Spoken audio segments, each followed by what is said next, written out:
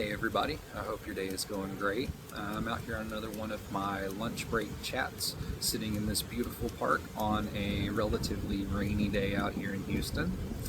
So I hope wherever you're at, there's a lot more sunshine, there's a little bit of heat, and you're staying dry.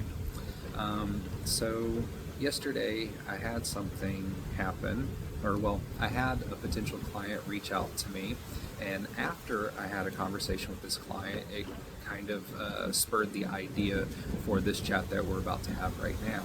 So this is all about how to make sure that you're having the most success with your magical workings. So this client, they reached out to me and requested some root work be done on a couple of situations that they're facing in their life. I advised them that before we decide to undertake any sort of magical work, the first thing that needs to happen is we need to have a spiritual reading performed. Now, they didn't understand why this was, and honestly did want to forego it, and a lot of people do. I get a lot of requests for work, and when I hit them with well, first you need a reading, it's like, well, I don't want to spend the extra money to have a reading, or I don't know how to perform a reading myself, or I know what I need, and I don't need the reading, right? So this all ties in to what this chat is all about. Finding success in your magical workings, or how to at least increase increase the chances that your magic will be successful. So before you do any sort of magical working, you honestly do need to perform some form of divination, have some form of divination performed for you, or you need to take it to your ancestors or to your spirit guides and ask them for further assistance and clarification before you begin anything at all. Magic is a very real spiritual science, and it can be life-changing in the most positive and affirming ways. It can also be relatively devastating in the most horrifying ways. It really just depends on numerous factors, right? So let's say I'm without a job, right? And I need to get some money to pay my rent, to pay my bills. Now, I can just go ahead and say, oh, well, you know what, let me go grab a green candle and let me dress that and let me say some prayers and petitions to this specific saint or work with this other spirit or what have you. Now, yeah, I can perform the working, but I might ultimately end up wasting my time because maybe that was not the correct work that needed to be performed in order to fix the situation I find myself in. Maybe the reason that I'm without a job has nothing to do with skills. Maybe it has nothing to do with the people I'm interviewing with not liking me. It may honestly have to do with some other external factor that I'm just not paying attention to. So then I go about doing all of this grandiose candle magic and all of these prayers and petitions, and while it's great practice, in the end it may just have no result, and then I've wasted my time. Or on the flip side of it, I'm not seeing all of the things that are on the peripheral that may be contributing to my lack of employment, right? And so then I perform this magical working, and it affects this one area in my life that was actually the only area that was doing really well, right? And it affects that area, and then now I can't find a job for the next year, or I end up getting into the wrong position, and then I face legal issues, and so on and so forth. There's when you're talking about spirituality and when you're talking about magical work, all of this is like a gigantic onion. There are tons and tons and tons of layers to this, and there are certain layers that you don't have ready access to at a moment's notice, right? There are things that happen on the spiritual plane that we may not be privy to, which is why building a relationship with our ancestors and our spirit guides and working with them regularly is very important. It's the reason why divination is so important. right? And we're not talking about just conjure, root work, hoodoo. We're talking about, I mean, if you go to any Ile that practices Lukumi, Ifa, if you're into Palo, many of the Western mystery traditions, they hold divination as well to be like that one thing that you absolutely need to be doing before anything else, really. So this client, they wanted this work done, right? I told them that they need a spiritual reading. They didn't understand why. So I explained to them, well, partly it's because I need to figure out what's going on with you aside from what you already know, but what can your spirits tell me? What's happening in the spiritual realm that I'm not aware of? Because I need to make sure that whatever work I perform for you is not messing anything else up and that we are targeting the right thing. But also, there's another factor at play here.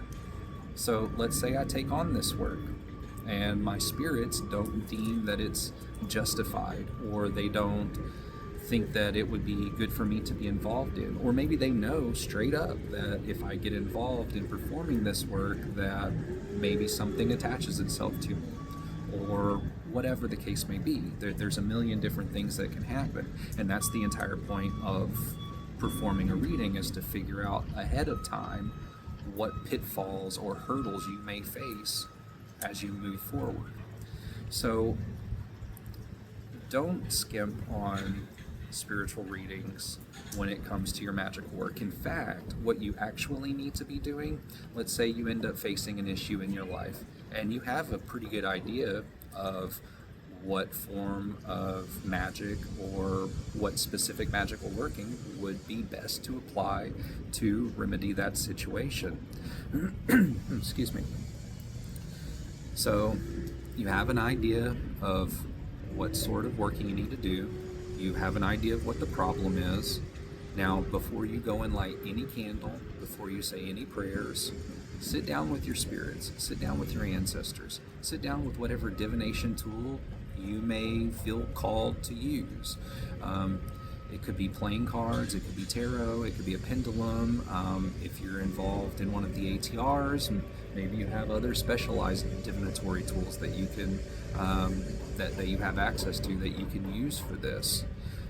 But regardless, let me just stress that it's really important, I believe, that any magical worker worth their weight in salt will have at least one form of divination that they maybe they don't know it like the back of their hand, but they are drawn to it, they know how to use it, they routinely study it. When it comes to folk magic specifically, you're dealing with a big toolbox, and over time you need to begin collecting tools of your trade that help you in various situations, right?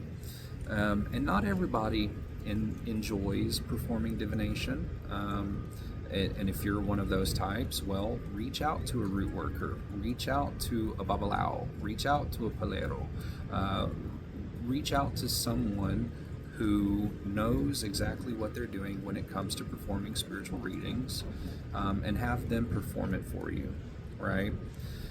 But at the end of the day, the one thing that changes, that can take your magic from being non-efficacious to being, oh my God, that worked way more than I thought that it ever could, that one thing is divination. So before you perform that work, perform a divination. After you perform that work, perform a divination.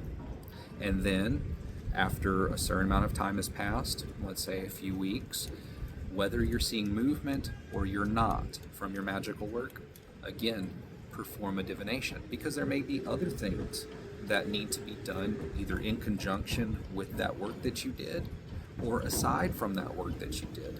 There may be certain spirits that stepped forth to help you with this work, and they're requesting prayers, or they're requesting light or water or what have you. Again, this is many layered. this is a many layered sort of practice. So again, the one thing that can take your magic from being something that isn't working very often or only working every so often to being something that routinely works fairly consistently, it's divination.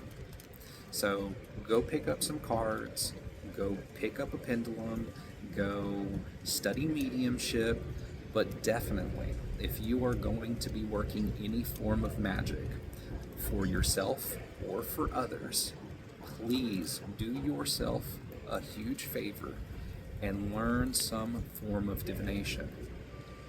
So that's all I have for you guys today. I know this wasn't a very long video. Again, these chats are only meant to be 10 or 15 minutes tops, and they're not the most. I didn't sit here and write out a script for everything that I wanted to say. Right? I just sit here in front of the camera and just bounce my thoughts off of you. And so that's what I'm thinking about today, is how you all can make your magic much more successful.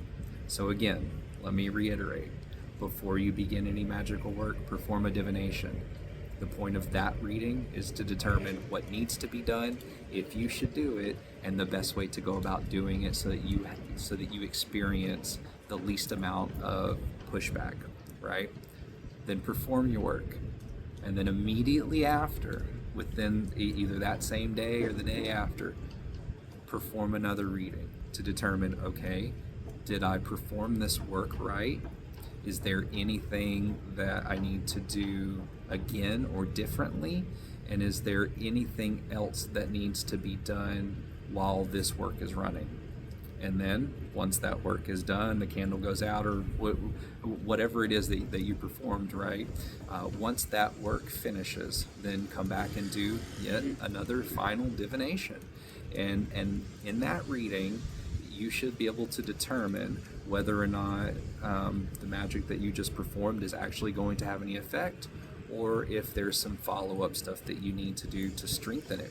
Sometimes magic doesn't work the first time out. Sometimes we may have the right working, and we may perform all of the right steps for that work, only to come to find out that we're going to end up having to do the same thing 3 or 4 times over. It happens. Not very often, but it does happen. So again, if you want to make sure that your magical work is highly successful, divination is the key. So I hope you guys have a great rest of your day, and be blessed.